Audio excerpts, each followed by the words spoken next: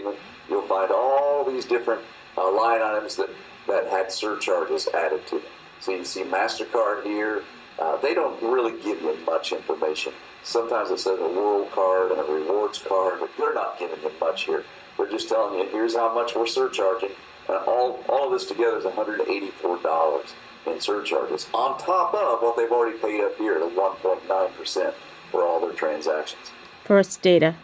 Now, it's class participation time. Right here is a statement.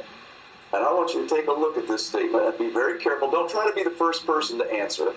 There's no contest here. Take a look at it and tell me what kind of pricing model you think this is. And everybody so far has got the wrong answer.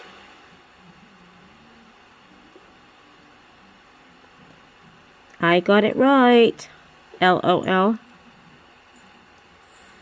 Who's the first one there? Jordan Lawrence, first person with the correct answer. A few more now. I'm taking your time. That's again, be a CSI detective. There's no prize involved for being the fastest. And I'm talking about in real life. When you're sitting down with these statements, there's no prize for saying, oh, I got that statement figured out real quick. The prize is finding everything and being very meticulous and very careful, being a CSI detective. So some of you immediately said, oh, it's tiered pricing. And the reason you said it's tiered pricing, probably, I'm going to guess, is because you saw the word qualified right here. And then you saw the word non-qualified. You said, well, that's the language of tiered pricing. Remember I told you earlier, don't trust these labels on competitor statements. I'm not looking at that. If I'm looking for tiered pricing, well, let me take you through the process. First of all, I'm going to look to see if it's an interchange plus statement. Well, is it interchange plus? Well, there's no interchange rate labels over here, are there? Absolutely not. And there's no interchange rates over here, so it's not interchange plus. Is it tiered?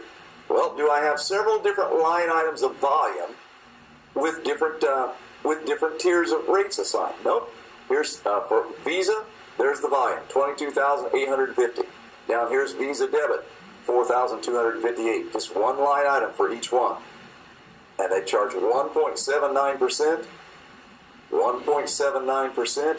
That's the great rate that they were quoted by their sales rep who walked in the door. Hey, got a great rate for you. It's 1.79%.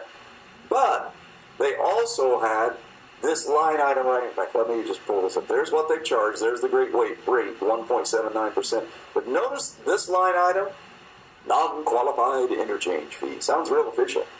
$409, $410. Down here, another $22.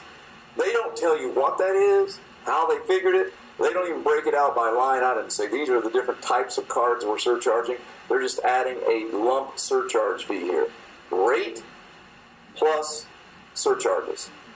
Rate plus surcharges.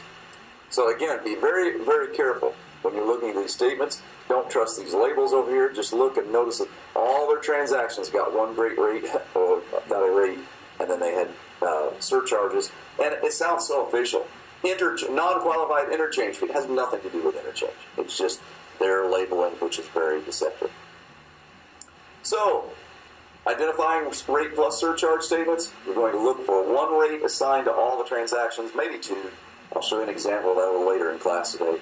And then locate additional surcharges, whether they're broken out by line item or like the one you just saw where it's just one big lump sum that they're charging extra on top of the great rate. So here's one for you, one more pop quiz. Take your time. Tell me what pricing model you see on this statement. That's interchange. Look at Durbin. Durbin is 0.05%, 22 cents per transaction. Jason Yim, first person with the correct answer.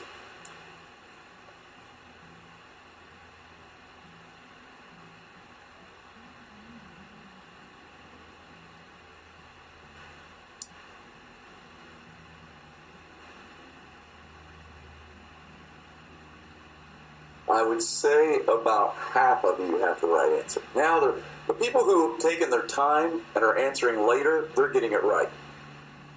So a lot of right answers coming in now because you guys that are answering a little more slowly, you took your time and you looked at it very carefully and you followed the process I just showed you, so you figured it out. People who answered quickly, a lot of the people who answered first were wrong. And again, that just takes me back to that whole thing of you need to be a CSI detective, slow down, take a very careful look at everything when you're trying to determine things from a competitor statement. So, first thing I look for is it an interchange plus statement? I'm trying to figure that out first. Do I have real interchange rate labels? Well, there's Earth, there's small ticket, there's retail, there's rewards 1, rewards 2. Yeah, absolutely, got real interchange rate labels. Do I have real interchange rates? Visa retail, 1.519. Where's my I go though? 22 cents and 0.05%. 22 cents, 500. 22 cents, 500, because these are regulated debit. And I spot check a few more. There's Earth 2.309. Real interchange rate labels, real interchange rates assigned to them. This is an interchange plus statement. Some of you said surcharge because you saw the word surcharge right there. Never trust labels on competitor statements when you're trying to figure out a pricing model.